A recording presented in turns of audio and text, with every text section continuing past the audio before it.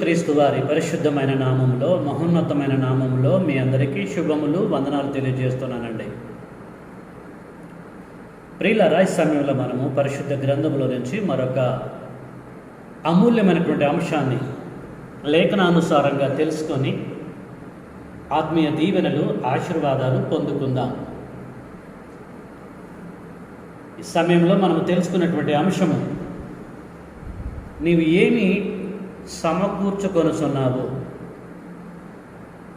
మన అంశం అండి, నీవు ఏమి సమకూర్చుకొనుచున్నావు. ఈ సబ్జెక్టు ప్రారంభం నుంచి ముగింపు వరకు జాగ్రత్తగా విని విషయాలు గ్రహించాలని ప్రేమతో మీ అందరికీ తెలియజేస్తున్నాను. ఈ సబ్జెక్టు ఎందుకు మీకు తెలియజేయవలసిన పరిస్థితి వస్తుందో ఒకసారి మీరు వినాలని కోరుతున్నాను. ఈరోజు ప్రపంచంలో ఉన్నటువంటి ప్రతి ఒక్కరూ లోక సంబంధమైనటువంటి వాటిని సమకూర్చుకొనుచున్నారు. అవి ఇండ్లు కావచ్చు, భూములు కావచ్చు, డబ్బు కావచ్చు, ఆస్తులు కావచ్చు, అంతస్తులు కావచ్చు, కార్లు కావచ్చు, మేడలు కావచ్చు, ఏదైనా సరే లోక సంబంధమైన వాటిని సమకూర్చుకొనుచున్నారు. వాటిని ఆధారం చేసుకొని బ్రతకటం కొరకు, వారు చనిపోయిన తర్వాత వారి పిల్లలు బ్రతకటం కొరకు. లోకంలో ఉన్నటువంటి పరిస్థితి ఇది. లోకంలో ఉన్నటువంటి వారికి అందరికీ నిజమైనటువంటి దేవుడు తెలియదు. చనిపోయిన తర్వాత పరిస్థితులు ఏంటో కూడా వారికి తెలియదు. కనుక వారు సమకూర్చుకున్నట్లో తప్పేమీ లేదు. ఎందుకంటే వారికి వాస్తవం తెలియదు కనుక. మరి దేవుని పిల్లలుగా పిలువబడుతున్నటువంటి వారు, సత్యాన్ని గ్రహించినటువంటి వారు, బైబిల్ని చదువుతున్నటువంటి వారు, మృత్యువు తర్వాత జరిగే మిస్టరీలు ఏంటో తెలుసుకున్నటువంటి వారు పరిస్థితి ఏంటిది? వీరు కూడా లోకంలో ఉన్నటువంటి వారు వల్లే వారి యొక్క బ్రతుకు కాలం అన్నీ సమకూర్చుకొనిచున్నారండి. ఇప్పుడు చెప్పిన లీస్ట్ అంతా కూడా అదే పరిస్థితి ప్రియులారా. అయితే ఇది ఎంతవరకు కరెక్ట్? ఇలాగ సమకూర్చుకోవచ్చా? మీకు ఒక విషయాన్ని తెలియజేస్తున్నాను. సమకూర్చుకున్నవి అన్నీ కూడా దృశ్యమైనవి కదా. మరి బైబిల్లో తండ్రి అయిన దేవుడు ఏం తెలియజేశాడంటే తన సేవకుల ద్వారా, దృశ్యమైనవి ఒకరోజు అదృశ్యమగునని చెప్పేసి అన్నాడు కదండి. అంటే కనపడకుండా పోతాయి. దాని అర్థం ఏంటంటే నాశనం అయిపోతాయి అని బైబిల్లో రాయబడ్డది. ఈ విషయం తెలుసు, అయినప్పుడు కూడా సమకూర్చుకుంటున్నారంటే ఏమనాలి? వారు లేఖనములు ఎరుగక ఏ పొరబడుతున్నారని చెప్పేసి అనొచ్చు కదండి. ప్రియులారా, ఈ సమయంలో మనము నాశనము కానటువంటి వాటిని సమకూర్చుకోవాలి. నిజంగా దేవుడు పిల్లలైతే, సత్యాన్వేషకులైతే, సత్యాన్ని తెలుసుకునేటువంటి వారైతే నాశనం, మనం సమకూర్చుకున్నటువంటిది ఏదైనా సరే నాశనం కాకుండా ఉండాలి. అవి ఏంటిదో గ్రహించి ప్రియులారా వాటిని సమకూర్చుకోవడానికి ప్రయత్నం చేయాలి మనం. ఇది దేవుడి పిల్లలు చేయవలసినది. ఓకే, ఈ సమయంలో మనము ఏమాత్రం కూడా ఆలస్యం చేయకుండా బైబిల్లోకి వెళ్ళి పరిశీలన చేద్దామండి. బైబిల్లో ఇశ్రాయేలీయులు ఉన్నారు. ఐగుప్తు దేశం నుంచి ప్రియులారా దాదాపు 6 లక్షల మంది బయలుదేరి కానాను వెళ్తున్న సమయ సందర్భాలు అవి. అరణ్య మార్గం గుండా వారు వెళ్తున్నారు. ఓకేనండి. ఐగుప్తు నుండి మోషే నాయకత్వంలో అరణ్య మార్గం గుండా వెళ్తున్న టైంలో తండ్రి అయినటువంటి దేవుడు పరలోకము నుంచి వారికి మన్నాను కురిపించి మన్నా ద్వారా వారిని పోషించాడు. మన్నా ద్వారా ఎందుకు పోషించిండు? జనరల్గా వారు ఏ ఫుడ్ తింటారు? రొట్టెలు తింటారు కదా. వారు గోధుమల నుండి వచ్చే పిండి ద్వారా రొట్టెలు తయారు చేసుకొని రొట్టెలు తింటారు ఇశ్రాయేలీలు. మనందరికీ తెలిసినటువంటి సంగతులే. ఐగుప్తు దేశంలో అదే ఫుడ్ తిన్నారు కదండి. దోసకాయలన్నీ, కీరలు, రకరకాలటువంటి ఇవన్నీ కూడా తిన్నారు కదా వారు. మరి అరణ్య మార్గం గుండా వెళ్తున్నప్పుడు ఇవి ఎందుకు తినలేవారు? దేవుడు ఎందుకు కురిపించలేదు? వీటి ద్వారా వారిని ఎందుకు పోషించలేదు? దేని ద్వారా పోషించండి? మన్నాని కురిపించి ప్రియులారా వారిని పోషించాడు. మన్నాను తిన్నారు వారు, మన్నాను వారు కూర్చుకున్నారు. చూద్దాం, నిర్గమకాండము 16వ అధ్యాయంలోకి వెళ్దామండి. మనము చెప్పుకున్న ప్రతి ఇన్ఫర్మేషన్ ఎక్కడ కనిపిస్తుందండి? 16వ అధ్యాయంలో. ప్రియులారా, నేను ఎందుకు చెప్తున్నానో ఈ సబ్జెక్టు జాగ్రత్తగా మీరు వింటేనే లాస్ట్కి అర్థమవుతుందండి. మనం ఏమి సమకూర్చుకోవాలి అన్నటువంటి విషయం అర్థం కావాలంటే బిగినింగ్ నుంచి చివరి వరకు వినాలి సబ్జెక్టు. కొంచెం విని దీన్ని ఆఫ్ చేయటం కాదండి. సబ్జెక్ట్ అర్థం కావాలంటే పూర్తి వినాలి ఏ వ్యక్తి అయినా సరే. నిర్గమకాండము 16వ అధ్యాయము 13 కాలం చదువుతున్నాను, జాగ్రత్తగా మీరు వినండి. కాగా సాయంకాలమున పురేడులు వచ్చి వారి పాలమున కప్పెను. ఉదయమున మంచు వారి పాలము చుట్టూ పడి ఉండెను. పడిన ఆ మంచు ఎగిరిపోయిన తర్వాత మాగు మంచు వలె సన్నని కణములు అరణ్యపు భూమి మీద కనపడను. ఇశ్రాయేలీలు దాన్ని చూసినప్పుడు అది ఏమైనది తెలియక ఇదేమీ అని ఒకరితో ఒకరు చెప్పుకొనిది. మోషే, ఇది తినుటకు యెహోవా మీకు ఇచ్చిన ఆహారము. యెహోవా ఆజ్ఞాపించినదేమనగా ప్రతివాడు తన వారి భోజనమునకు ప్రతివాడు తన కుటుంబంలోని తలకు ఒక్కొక్క ఓమేరు చొప్పున దాన్ని కూర్చుకొనవలెను. దేన్ని కూర్చుకోవాలి ఇశ్రాయేలీలు? మన్నాని. ఒక్కొక్కడు తన గుడారంలోనున్న వారి కొరకు కూర్చుకొనవలెను. ఇశ్రాయేలులు అట్లు చేయగా, అంటే కూర్చుకొనగా, దేన్ని? మన్నాని. కొందరు హెచ్చుగాను కొందరు తక్కువగాను కూర్చుకొనిరి. వారు ఓమరుతో కొలిసినప్పుడు హెచ్చుగా కూర్చుకున్న వానికి ఎక్కువగా మిగలలేదు, తక్కువగా కూర్చుకున్న వానికి తక్కువ కాలేదు. వారు తమ తమ ఇంటి వారి భోజనమునకు సరిగా కూర్చుకొని ఉండేది. ప్రియులారా, 13 నుంచి 18 వరకు మనం చదువుకున్నాం నిర్గమకాండం 16లో. తండ్రి అయినటువంటి దేవుడు ఇశ్రాయేలీయులని మన్నాని కురిపించి మన్నా ద్వారా వారిని పోషించాడు. మన్నాను వారు సమకూర్చుకున్నారు. సమకూర్చుకున్న దాని ప్రకారంగా దాన్ని తినుకుంటూ ప్రియులారా వారు ప్రయాణం చేసుకుంటూ వెళ్ళారు. నేనేమంటున్నానంటే,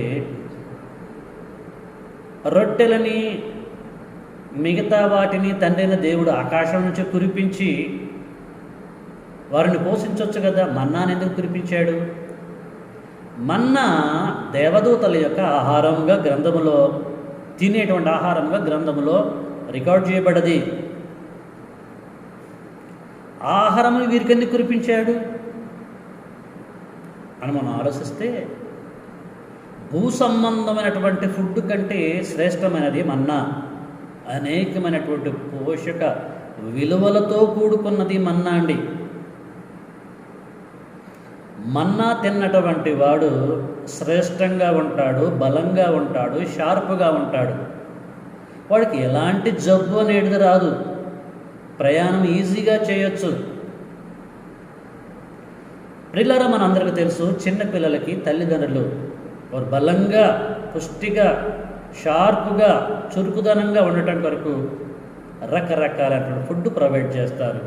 మనందరూ తెలుసు కదా, బూస్ట్ అని, బోర్నవీటా అని, సెరిలాక్ అని, ఇంకా రకరకాలుగా మార్కెట్లోకి వస్తున్నాయండి. అవన్నీ కూడా పిల్లలకు తినిపిస్తారు. ఎందుకు తినిపిస్తారంటే వారు బలవంతులు కావాలని, జ్ఞానవంతులు కావాలని, షార్ప్గా ఉండాలన్న ఉద్దేశంతో. ఆహారము కంటే శ్రేష్టమైనది అందులో ఉన్నది కాబట్టి తల్లిదండ్రులు తినిపిస్తారు. సేమ్ వే ఇశ్రాయేలీలు ఎక్కడ కూడా ఆగకుండా కానాను దేశంలోనికి ప్రవేశించాలంటే శ్రేష్టమైనటువంటి ఫుడ్డు, బలమైనటువంటి ఫుడ్డు మన్నా ఒక్కటని గ్రహించి కృపగల తండ్రి మన్నాని కురిపించిండు. వీరేం చేశారంటే మన్నాని సమకూర్చుకున్నారు. దేవుడి పిల్లలైనటువంటి ఇశ్రాయేలీలు అరణ్య మార్గంలో. మన సబ్జెక్ట్ ఏంటండి? నువ్వు ఏమీ సమకూర్చుకొనుచున్నావు. అక్కరించకమని ఎక్కడికి వచ్చింది? దేవుని కుమారుడిగా కుమార్తెగా పిలువబడుతున్న నీవు నీ బ్రతుకు కాలంలో ఏమి సమకూర్చుకొనుచున్నావు? ఇశ్రాయేలీలు కానాన్లోనికి ఎంటర్ కావాలంటే మన్నా అనేది ఖచ్చితంగా భుజించాలంటే దాన్ని సమకూర్చుకోవాలి. సమకూర్చుకున్నారు దేవుడు కురిపించినప్పుడు. మన్నా శ్రేష్టమైనది. అయితే వీరు ఎన్ని సంవత్సరాలు ఈ మన్నాను తిన్నారు? అరణ్యంలో అంటే 40 సంవత్సరాలు ప్రియులరా ఈ మన్నాను తిన్నారు వారు. మన్నాను కూర్చుకొని మన్నాను తిని వారు ప్రయాణం చేసినట్టుగా గ్రంథంలో రాయబడ్డది. చూద్దాం. ఇదే నిర్గమకాండం 16వ అధ్యాయం 35వ వచనం చదువుతున్నాను, జాగ్రత్తగా మీరు వినండి. ఇశ్రాయేలీయులు నివసింపవలసిన దేశమునకు తాము వచ్చు 40 ఏండ్లు మన్నానే తినుచుండిరి. వారు కానాను దేశపు పొలిమెరల చేరు వరకు మన్నాను తినిరి. వారు కానాను దేశపు పొలిమెరలు చేరు వరకు మన్నాను తినిరి. ఓమేరు అనగా ఏపాలో 10వ భాగము. ఓకే, అది వేరే కాన్సెప్ట్. కానాను దేశపు పొలిమరలు చేరేంత వరకు, కానాను దేశపు పొలిమరలు చేరు వరకు మన్నానే తిన్నారు వారు. దాన్ని కూర్చుకున్నారు, ప్రియులారా ప్రయాణం చేశారు. ఓకేనండి, మీకు అర్థమైన కాన్సెప్ట్? సబ్జెక్టుని మనసులో పెట్టుకొని జాగ్రత్తగా వింటూ గ్రహించండి, అద్భుతంగా ఉంటుంది.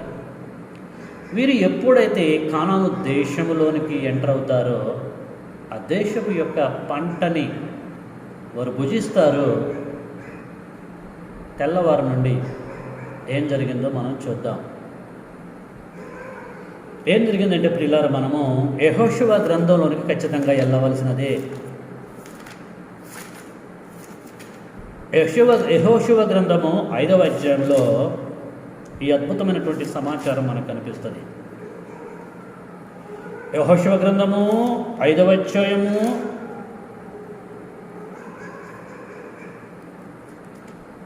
10 నుంచి చదువుతున్నాం, జాగ్రత్తగా వినండి. ఇశ్రాయేలీయులు గిల్గాలులో దిగి ఆ నెల 14వ తేదీని సాయంకాలమున యెరికో మైదానంలో పస్కా పండుగను ఆచరించిరి. పస్కా పోయిన మరునాడు వారు ఈ దేశపు పంటను తిరిగి, అంటే కానాను దేశపు పంటను తిన్నారు. ఆ దినమందే వారు పొంగకయు వేచబడి ఉన్న భక్ష్యములను తినిరి. మరునాడు వారు ఈ దేశపు పంటను తినిచుండగా, కానాను దేశపు యొక్క పంటను తినిచుండగా, ఎప్పుడైతే కానాలోకి ఎంటర్ అయ్యారో మరునాడు ఆ దేశపు పంటను తినిచుండగా మన్నా మానిపోయెను. ఎంత అద్భుతంగా ఉందండి! మన్నా మానిపోయెను అంటే ఆకాశం నుండి కురిసేటువంటి మన్నా కురవకుండా మానిపోయెను. ఇక కురవటలేదు.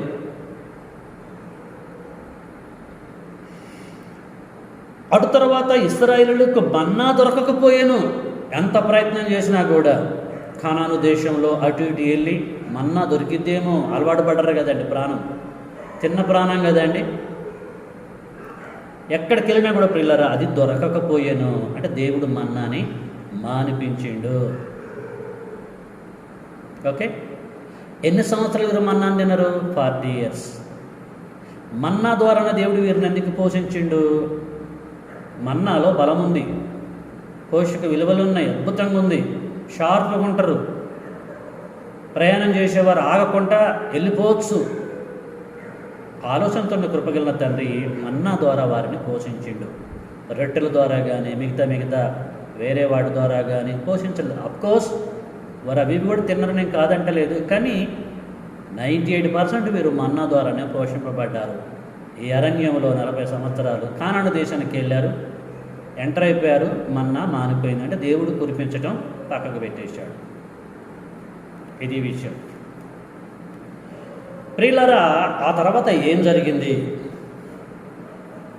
అని మనం ఆలోచిస్తే, ఇశ్రాయేలుడు కానాను దేశంలో నివసిస్తున్న టైంలో కొన్ని సంవత్సరాలు అయిపోయిన తర్వాత మనందరికీ తెలుసు, యేసుక్రీస్తుల వారిలో పుట్టడం, పెరగటం జరిగింది. బ్యాప్టిజం తీసుకోవటం జరిగింది. బాప్టిజం తీసుకొని ప్రియులారా ఇశ్రాయేలుల మధ్యలోకి వచ్చేసి తన శరీరమును గురించి, తన రక్తాన్ని గురించి ఇశ్రాయేలీలతో ఏం మాట్లాడుతున్నాడో అన్నటువంటి సంగతిని జాగ్రత్తగా మనము గ్రహిద్దాం. యోహాను సువార్తలోకి మనం వెళ్దామండి. యోహాను సువార్తలో ప్రియులారా ఇశ్రాయేలీలు అంటే యేసు కాలంలో ఉన్నటువంటి, యేసు తరంలో ఉన్నటువంటి ఇశ్రాయేలీల యొక్క పితరులు అంటే పెద్దలు అరణ్యంలో మన్నాను తిన్నటువంటి సంగతిని గూర్చి యేసుక్రీస్తు వారితో డిస్కస్ చేస్తున్నప్పుడు ప్రియులారా అది విన్నటువంటి యేసుక్రీస్తు వారు ఏమంటున్నాడో మనము చదువుకుందామండి. యోహాను సువార్త 6వ అధ్యాయము 49 కానీ చదువుతున్నాను, జాగ్రత్తగా మీరు వినాలని ప్రేమతో కోరుతున్నాను. జీవాహారమును నేనే, యేసుక్రీస్తు వారు అంటున్నాడు ఇశ్రాయేలీలతో, జీవాహారమును నేనే. మీ పితరులు అరణ్యములో మన్నాను తినినను చనిపోయిరి. మన్నా గొప్పతనాన్ని గురించి, పితరుల యొక్క గొప్పతనాన్ని గురించి, అరణ్య మార్గం గురించి మీరు తెలియజేస్తున్నారు కదా. నేనేం చెప్తున్నాను జాగ్రత్తగా వినండి.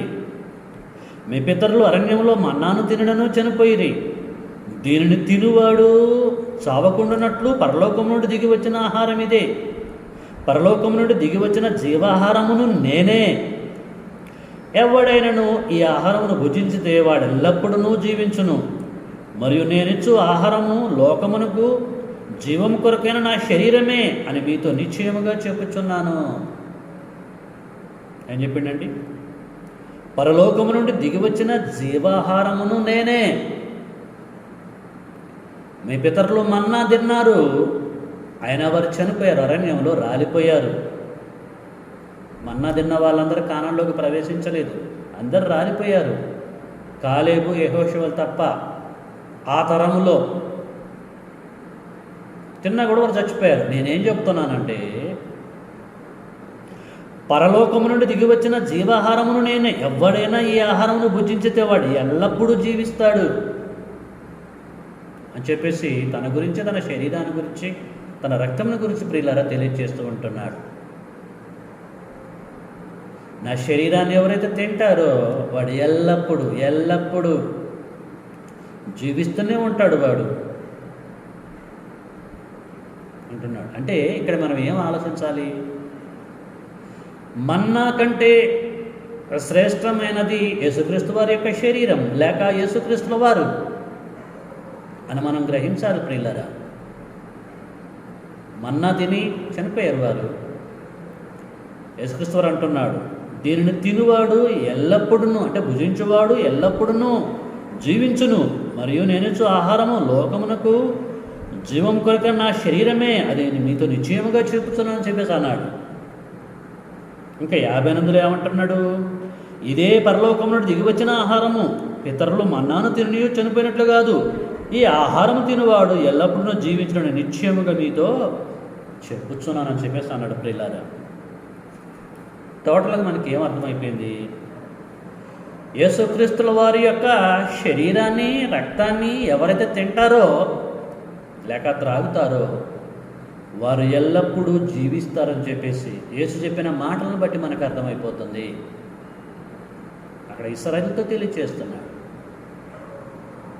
అంటే మన్నా కంటే శ్రేష్టమైనటువంటి వాడు యేసుక్రీస్తు వారు.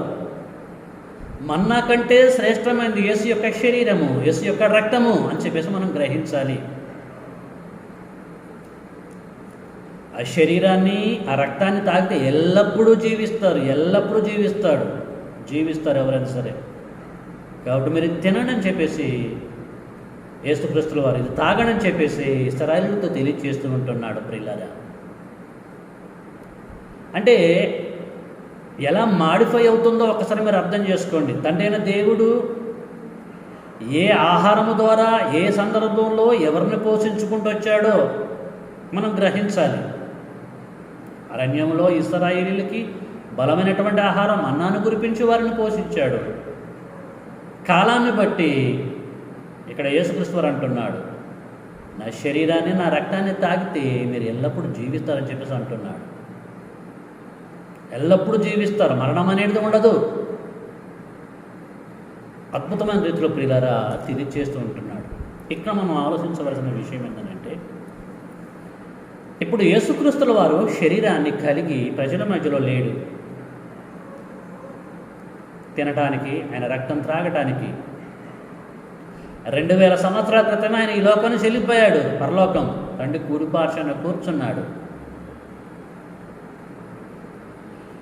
ఇప్పుడు అతని యొక్క శరీరము, అతని యొక్క రక్తము మనం తీసుకోవాలన్నా, త్రాగాలన్నా ఏం చేస్తే మనకు అవి లభ్యమవుతాయి అని మనం ఆలోచిస్తే, యేసుక్రీస్తుల వారు వాక్యమై ఉన్నాడు. బైబిలు 66 పుస్తకాల కలయిక, గ్రంథాల కలయిక. బైబిల్లో ఉన్నటువంటి వాక్యము, దేవుని యొక్క వాక్యము ప్రియులరా, యేసుక్రీస్తుల వారికి సాదృశ్యంగా ఉన్నది. అంతే కదండి. యోహాను గారు రాసినటువంటి సువార్తలు ఏం చెప్పబడ్డదండి వాక్యాన్ని గురించి?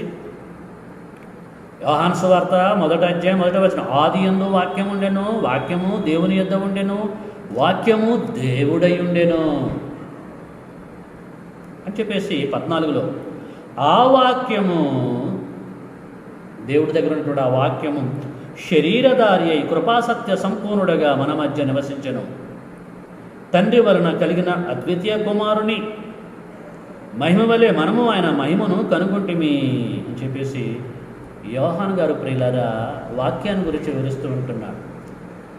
ఆ వాక్యము శరీరాన్ని ధరించి వచ్చింది.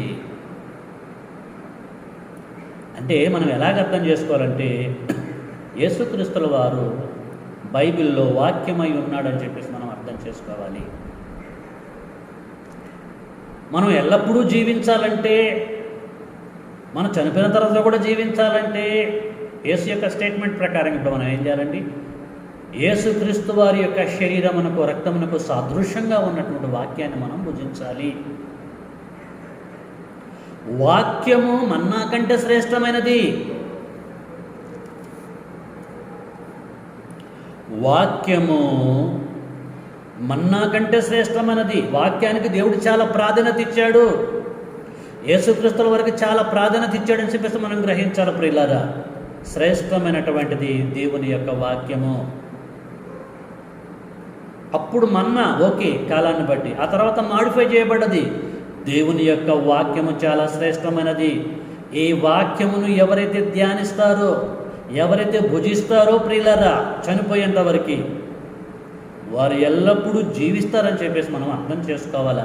యేసుక్రీస్తు వారి యొక్క స్టేట్మెంట్ని బట్టి వాక్యానికి గ్రంథములో అంత ప్రాధాన్యత ఉందండి. మనమే సింపుల్గా తీసుకుంటాం. ఆ వాక్యాన్ని మనము తినాలన్నా, దాన్ని భుజించాలన్నా ఏం చేయాలంటే మనం దాన్ని స్టడీ చేయాలి, ధ్యానించాలి. ఆత్మ సంబంధంగా ఆ వాక్యాన్ని భుజించినట్టు లెక్క. అంటే యేసుక్రీస్తు వారి యొక్క శరీరాన్ని, రక్తాన్ని తాగినట్టు లెక్క. ఇది అద్భుతమైనటువంటి కాన్సెప్ట్.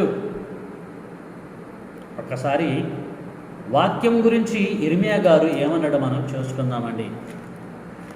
ఇర్మియా గ్రంథంలోకి మనం వెళ్దాం ప్రియులారా ఈ సమయంలో.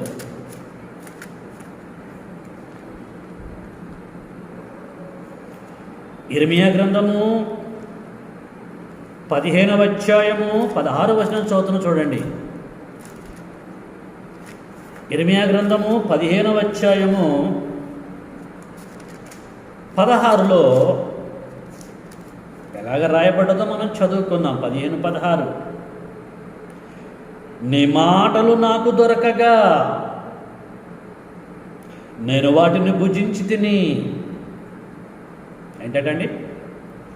నీ మాటలు తండ్రి, నీ మాటలు నాకు దొరకగా నేను వాటిని భుజించి తిని.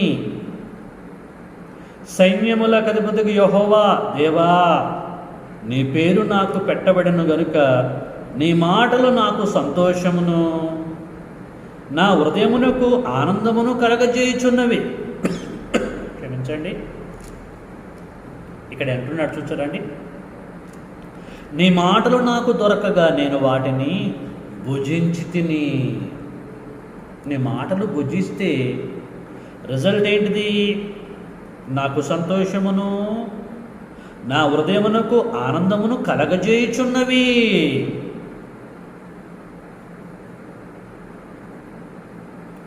ఎంత అద్భుతంగా ప్రియులారా గ్రంథంలో రాయబడదు మీరు చూడండి. దేవుని యొక్క మాటలని, దేవుడి యొక్క వాక్యములను మనం భుజించాలి. యేసుక్రీస్తు వారు చెప్పిన ప్రకారంగా ఎప్పుడైతే నువ్వు భుజిస్తావో ప్రియులారా నువ్వు బలంగా ఉంటావు, నువ్వు శ్రేష్టంగా ఉంటావు అని గుర్తుంచుకోవాలనే ప్రేమతో మీకు నేను తెలియజేస్తూ ఉంటున్నాను. ఇదే విషయాన్ని యెహెజ్కేలు గ్రంథములో తండ్రి అయిన దేవుడు యెహెజ్కేలు ప్రవక్త ద్వారా ఎలాగ తెలియజేస్తున్నాడు, ప్రవక్త ఏమంటున్నాడు అన్న సంగతి మనం చూసుకుందాం. యెహెజ్కేలు గ్రంథము 3వ అధ్యాయము 1 నుంచి 3 వరకు మనం చదువుకుందాం. యెహెజ్కేలు గ్రంథము 3వ అధ్యాయము 1 నుంచి 3 వరకు. మరియు ఆయన నాతో ఇలాగూ సెలవిచ్చెను, నరపుత్రుడా నీకు కనబడిన దానిని భక్షించుము. ఈ గ్రంథమును భక్షించి ఇశ్రాయేలు యొద్దకు పోయి వారికి ప్రకటన చేయుము. నేను నోరు తెరవగా ఆయన గ్రంథమును నాకు తినిపించి, నరపుత్రుడా నేను ఇచ్చుచున్న ఈ గ్రంథమును ఆహారముగా తీసుకొని దానితో నీ కడుపు నింపుకొనమని నాతో సెలవీయగా నేను దానిని భక్షించి తిని. దేన్ని? గ్రంథమును నేను భక్షించాను అంటే తిన్నాను. తిన్న తర్వాత రిజల్ట్ ఏంటంటే అది నా నోటికి తేనె వలె మధురముగా ఉండెను. అది నా నోటికి తేనె వలె మధురముగా ఉండెను. గ్రంథములో ఏముంటుందండి? దేవుని మాటలు, దేవుని యొక్క వాక్యము. ఎప్పుడైతే నువ్వు ధ్యానిస్తావో, ఎప్పుడైతే నువ్వు పరిశీలిస్తావో ఆత్మ సంబంధముగా దేవుని గ్రంథమును తిన్నట్టు లెక్క, దేవుని మాటలను భుజించినట్టు లెక్క, దేవుడు వాక్యములను ఆస్వాదించినట్టు లెక్క. మీకు అర్థమవుతుందండి కాన్సెప్ట్? ప్రియులారా మన్నా కంటే శ్రేష్టమైనది దేవుని యొక్క వాక్యం. ఈ వాక్యాన్ని నువ్వు భుజిస్తేనే నువ్వు బలవంతుడుగా ఉంటావు. నువ్వు బలవంతుడుగా ఉంటేనే ప్రయాణం చేయడానికి నీకు వీలవుతుంది. అర్థమవుతుందండి? ఇశ్రాయేలీలకి మన్నాను ఎందుకు కురిపించిండండి? వారు ప్రయాణంలో ఉన్నారు కనుక. ఎక్కడి నుంచి ఎక్కడికి వెళ్తున్నారు వారు? ఐగుప్తు నుండి కానానికి వెళ్తున్నారు, ప్రయాణంలో ఉన్నారు. కానానికి వెళ్ళాలంటే, కానానికి క్షేమంగా రీచ్ కావాలంటే బలమైనటువంటి ఆహారం వారు తినాలి. అది వారికి అవసరం అని చెప్పి దేవుడు ప్రొవైడ్ చేశాడు. ప్రియులారా బాగా ఆలోచించండి. ఈరోజు మన్నా కంటే శ్రేష్టమైనటువంటి వాక్యాన్ని మనం ఎందుకు భుజించాలి? మనకేం అవసరము అని ఒకవేళ మీకు డౌట్ రావచ్చు. ప్రియులారా బ్యాప్టిజం తీసుకున్నది మొదలుకొని, అంటే స్వార్థ విని విశ్వాసం ఉంచి మారు మనసు పొంది ఒప్పుకొని బ్యాప్టిజం తీసుకొని దేవుని కుమారుడుగా కుమార్తెగా పిలువబడింది మొదలుకొని ఇప్పటివరకు మనం ప్రయాణంలో ఉన్నాము. ఎక్కడికి వెళ్ళడానికి? పరలోకం వెళ్ళడానికి. ప్రియులారా మనం అందరం కూడా ప్రయాణంలో ఉన్నాం. మనం అంతా యాత్రికులము, యాత్ర చేస్తున్నాం. మనము ఈ లోకము నుంచి పరలోకానికి యాత్ర చేస్తున్నాం, ప్రయాణం చేస్తున్నాము. మరి ప్రయాణం చేసే ప్రతి ఒక్కడికి శ్రేష్టమైనటువంటి ఆహారం అవసరము, బలమైనటువంటి ఆహారం అవసరము. కనుకున్న దేవుడు వారికి ఆ టైంలో మన్నాను కురిపించాడు. వారు క్షేమంగా ప్రయాణం చేసే విధంగా సహాయం చేశాడు. ఈరోజు మన్నా కంటే శ్రేష్టమైనటువంటి ఆహారం దేవుని యొక్క వాక్యం మనకిచ్చి వాక్యం ద్వారా మనల్ని పోషిస్తూ ప్రయాణం చేపిస్తున్నాడండి పరలోకం మనం చేరాలని. ఎవడు ఆలోచిస్తాడండి ఈ వేలో? నిజంగా నువ్వు పరలోకంలో నీ కాలు పెట్టాలంటే, నువ్వు ఎంటర్ కావాలంటే ఖచ్చితంగా ఈ యొక్క వాక్యమును నువ్వు తినవలసిందే, భుజించవలసినదే. అర్థమవుతుందా? ఈ వాక్యం నువ్వు భుజించకపోతే నువ్వు బలహీనుడిగా ఉంటావు. బలహీనుడిగా ఉన్నటువంటి నువ్వు పరలోకానికి ఎంటర్ కాలేవు. మధ్యన చనిపోయే అవకాశాలు ఉంటాయి ఆత్మ సంబంధంగా. నువ్వు చనిపోతే పరలోకంకి వెళ్ళావు, పాతాళ లోకానికి వెళ్తావు. అక్కడికి వెళ్ళకూడదన్న ఉద్దేశంతో శ్రేష్టమైనటువంటి ఫుడ్, బలమైనటువంటి ఫుడ్, పోషక విలువలతో కూడుకున్నటువంటి ఆహారము, దేవుని వాక్యమును నీకు అందిస్తూ కృపగలిగిన తండ్రి నిన్ను పోషిస్తున్నాడు. మనం భుజిస్తున్నావా? భుజించడం అంటే దేవుని వాక్యమును ధ్యానించాలి. సమయమందును అసమయమందును దేవారాత్రములు ధ్యానించాలి. అలాగే నువ్వు ధ్యానిస్తే ఈ యొక్క ఆహారమును భుజించిన వాడితో సమానము. నీ ప్రయాణంలో నీకు అలసట అనేది ఉండదు. సోదరి, సహోదరుడా, నువ్వు గ్రహించాలని ప్రేమతో కోరుతున్నాను. దేవుని వాక్యమునకు తండ్రి అయిన దేవుడు చాలా ప్రాధాన్యత ఇచ్చాడండి. ఆయన నామము కంటే వాక్యమునకు చాలా ప్రాధాన్యత ఇచ్చాడు. దేవుని నామము, ఆ నామమును కంటే వాక్యమునకు చాలా ప్రాధాన్యత ఇచ్చాడండి. ఒకసారి మనం కీర్తనల గ్రంథము 138లోకి వెళ్దామండి. 2వ వచనం. కీర్తనల గ్రంథము 138 2వ వచనం. నీ పరిశుద్ధాలయము తట్టు నేను నమస్కారము చేయుచున్నాను అని ఎవరంటున్నారు? దావీదు గారు. నీ పరిశుద్ధ ఆలయము తట్టు నేను నమస్కారము చేయుచున్నాను, నీ నామమంతటి కంటే నీవిచ్చిన వాక్యమును నీవు గొప్ప చేసి ఉన్నావు. వాక్యమును గొప్ప చేసి ఉన్నావు. ఎందుకు? మేము దాన్ని భుజించాలి, మేము ప్రయాణం చేయాలన్న ఉద్దేశంతో తండ్రి నీ వాక్యమును గొప్ప చేసి ఉన్నా అని చెప్పేసి అంటున్నాడండి. దేవుడు గొప్ప చేసినటువంటి వాక్యమును మనం భుజించాలండి. పిల్లలు, నువ్వు భుజిస్తున్నావా దేవుడి వాక్యాన్ని? నువ్వేం తింటున్నావు రోజు? ఈ లోక సంబంధమైన గడ్డి గానం అన్నీ తింటే ఈ లోకంలో బ్రతకొచ్చేమో కానీ నువ్వు పరలోకం చేరడానికి కుదరదు.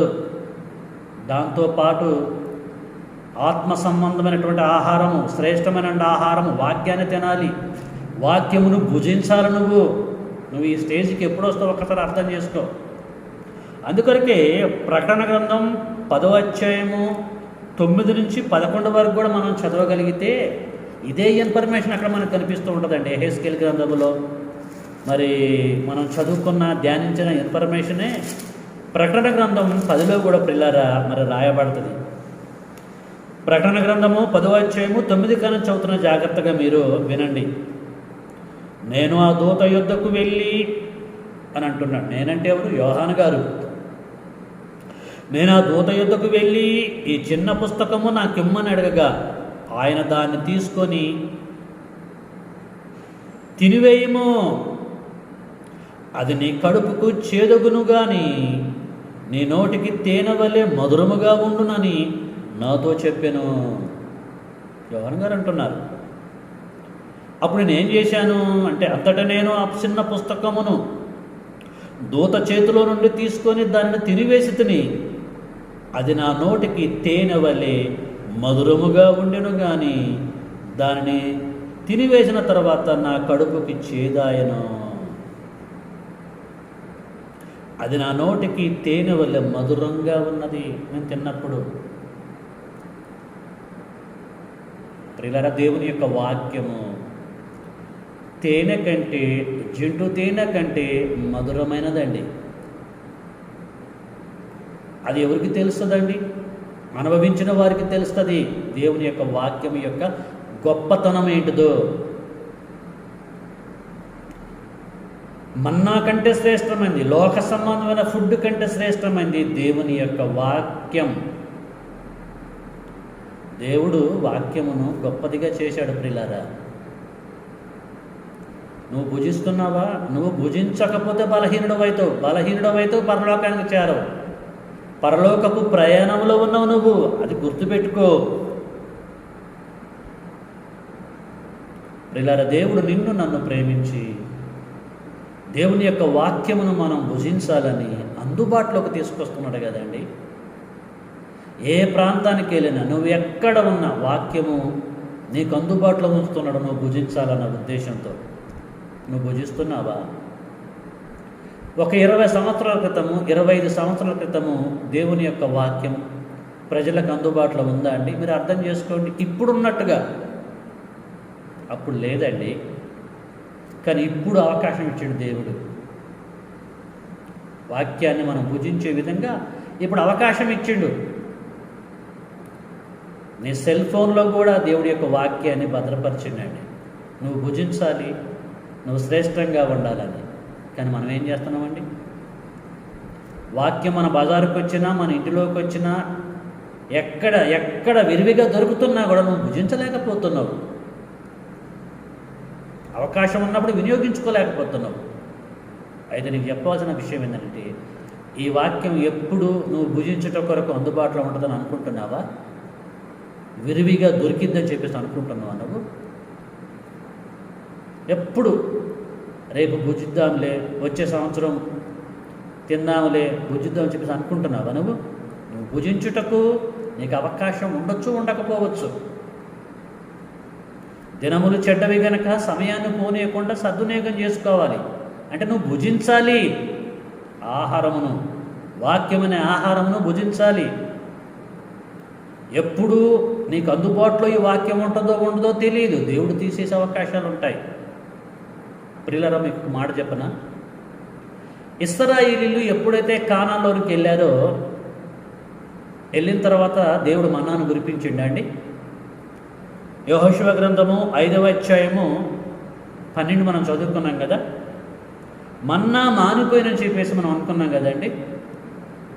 40 సంవత్సరాలు వాళ్ళు తిన్నారు, కానాన్లోకి ఎంటర్ అయిపోయారు. కానాన్లోకి ఎంటర్ అయిన తర్వాత మన్నా తినాలని చెప్పేసి మళ్ళీ ప్రయత్నం చేశారు. వారు దొరికిందా? వారికి దొరకలే. మన్నా మానిపోయింది. ఆ మన్నాన దేవుడు మానిపించినప్పుడు మన్నా కంటే శ్రేష్టమైన ఈ ఆహారాన్ని ఎల్లప్పుడూ నీ దగ్గర ఉంచుతాడండి నువ్వు భుజించట కొరకు.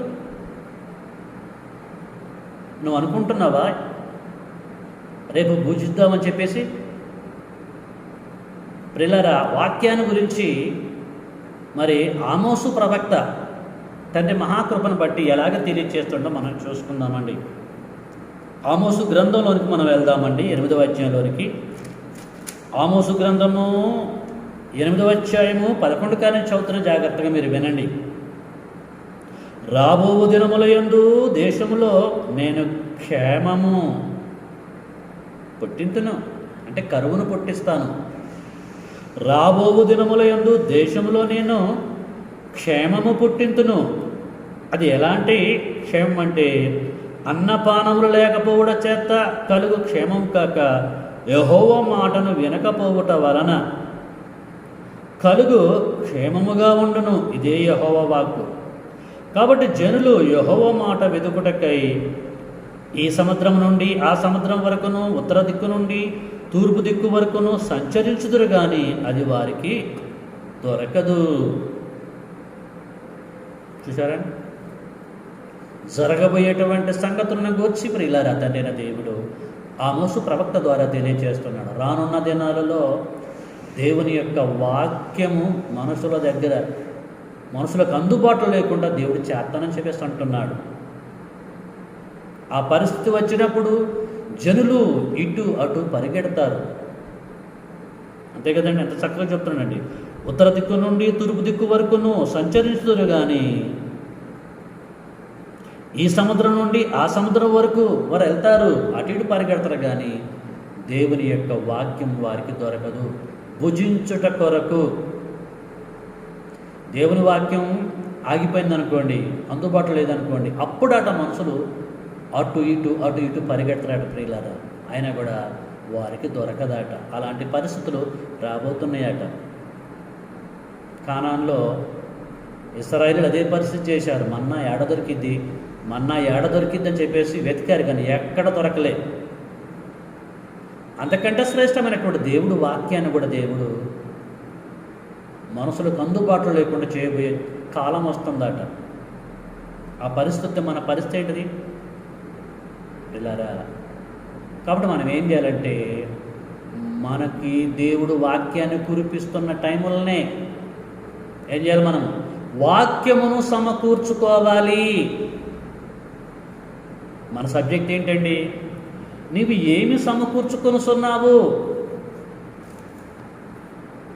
నీ బ్రతుకు కాలంలో నువ్వు ఏమి సమకూర్చుకొనుచున్నావు? సమకూర్చుకోవాల్సింది సమకూర్చుకుంటున్నావా?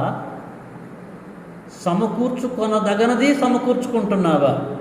ఈ కాన్సెప్ట్ అర్థం కాక దేవుని పిల్లలు ఇదే పరిస్థితి, లోకంలో అన్యుల పరిస్థితే. వ్యర్థమైనటువంటి వాటిని సమకూర్చుకొనుచున్నారు, దృశ్యమైన వాటిని సమకూర్చుకొనుచున్నారు. దృశ్యమైనవి అదృశ్యములగును అన్న సంగతి తెలుసుండి కూడా సమకూర్చుకొనుచున్నారు. నాశనము కానిది దేవుని యొక్క వాక్యం. ఈ వాక్యాన్ని సమకూర్చుకున్నావనుకో, నువ్వు యుగాలు బ్రతికే అవకాశం ఉంటుంది. పరలోకాన్ని తీసుకెళ్తుంది ఈ వాక్యం, కానీ దీన్ని సమకూర్చుకోవట్లేదు ప్రియులారా. అందుకొరికి నీ సంపాదనంతా ఇచ్చి, సామెతల గ్రంథంలో జ్ఞాని అయిన సొలొమోను అంటాడు, నీ సంపాదన అంతా ఇచ్చి జ్ఞానమును సంపాదించుకో, అంటే జ్ఞానమును సమకూర్చుకో అంటాడండి. దేవుని వాక్యమును సమకూర్చుకోవాలి. సమకూర్చుకుంటే ప్రియులారా, నీకు కరువు వచ్చినా కూడా ప్రాబ్లం ఉండదు. దేవుడు తీసివేసినా కూడా నీకు ప్రాబ్లం ఉండదు. ఆ యొక్క ఆహారమును నువ్వు సమకూర్చుకున్నటువంటి ఆ వాక్యమును భుజించుకుంటూ పరలోకపు ప్రయాణం చేయొచ్చు ఈజీగా. కాబట్టి నువ్వు ఏమి సమకూర్చుకొనుచున్నావు సోదరి, సహోదరుడా? ఒకసారి గ్రహించవా? ఒక్కసారి నువ్వు అర్థం చేసుకోవా? ఈ అద్భుతమైన కాన్సెప్టు గ్రంథంలో ఇలాగుంటే దీన్ని పక్కకు పెట్టేసి ఏదేదో సమకూర్చుకుంటావా? ఇప్పుడు నిన్ను చూసి ఏమనుకోవాలా? దేవుడు ఏమనుకోవాలండి? సబ్జెక్ట్ లేదని చెప్పేసి అనుకోవాలి దేవుడు నిన్ను. కాబట్టి ఈ వాక్యం విన్న తర్వాత అయినా సరే నీ మైండ్ సెట్ మార్చుకొని సమకూర్చుకొనవలసినది సమకూర్చుకోవాలని ప్రేమపూర్వకంగా నేను తెలియజేస్తున్నాను. సమకూర్చుకొనవలసినది దేవుని యొక్క వాక్యము. ఈ వాక్యాన్ని సమకూర్చుకుంటే, ఈ వాక్యాన్ని నువ్వు భుజిస్తే, ఈ వాక్యాన్ని ధ్యానిస్తే నువ్వు ఎల్లప్పుడూ జీవిస్తావు, according to Jesus Christ statement. కాబట్టి నువ్వు గ్రహించాలని ప్రేమతో కోరుతూ ఉంటున్నాను. ఓకేనండి.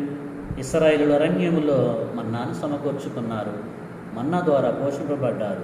దేవుని పిల్లలుగా పిలువబడుతున్న మనము కూడా పరలోకపు ప్రయాణంలో ఉన్నాం కనుక మన్నా కంటే శ్రేష్టమైనది దేవుని యొక్క వాక్యాన్ని మనం కూడా సమకూర్చుకుందాం. సమకూర్చుకున్నటువంటి వాడు ఎప్పుడు కూడా లాస్ కాడండి. ఇందులో చాలా జ్ఞానం ఉంది. కాబట్టి విశేష జీవితంలో దేవుని యొక్క వాక్యాన్ని మీరు సమకూర్చుకోవాలని, దాని ప్రకారంగా పోషింపబడాలని, పరలోకపు ప్రయాణములో అలసట లేకుండా మీరు ప్రయాణం చేయాలని ప్రేమపూర్వకంగా మీ అందరికీ తెలియచేస్తూ ఇంతటితో ఈ యొక్క అంశాన్ని నేను ముగిస్తున్నాను. మన అంశం, నువ్వు ఏమి సమకూర్చుకొనుచున్నావు, ఇది విషయం. ఓకేనండి. చక్కగా మీరు విన్నందుకు మిమ్మల్ని అందరిని కూడా అభినందిస్తూ ఇంతటితో సబ్జెక్టు ముగిస్తున్నాను. తండ్రి చిత్తమైతే మరొక సబ్జెక్టుతో మీ ముందుకు నేను వస్తాను. ఒక రిక్వెస్ట్, ఇంకా మీలో ఎవరైనా నా ఛానల్ని సబ్స్క్రైబ్ చేసుకోకపోతే ప్లీజ్ డూ సబ్స్క్రైబ్. అలాగే లైక్ చేయండి, షేర్ చేయండి. దేవుడు మిమ్మల్ని జ్ఞాపకం చేసుకున్నాం గాక. అందరికీ వందనములు.